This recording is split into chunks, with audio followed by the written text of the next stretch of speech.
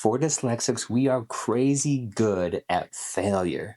We have a backlog of failure. The thing is that it's one thing about you that you want to highlight.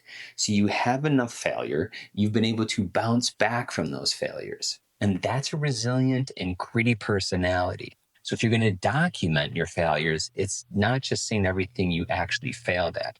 You do list things you failed at, but then you say what you learned from that failure, how you pivoted or adjusted based off that failure to come up with a new solution or a way of doing things. So start remembering where you're finding failure, write those down, and make a note in your phone, and then start analyzing what you did to get around it. Here's one way I often talk about it for students that are good at storytelling. They are like a thesaurus like I've never seen. They may not be able to spell one of the words they're trying to communicate, but then what they do is they have 10 other words they do know how to spell so they can indicate what they're trying to say to folks. It even happens with word recall. They might have forgotten a word, but they're able to come up with multiple other words in association.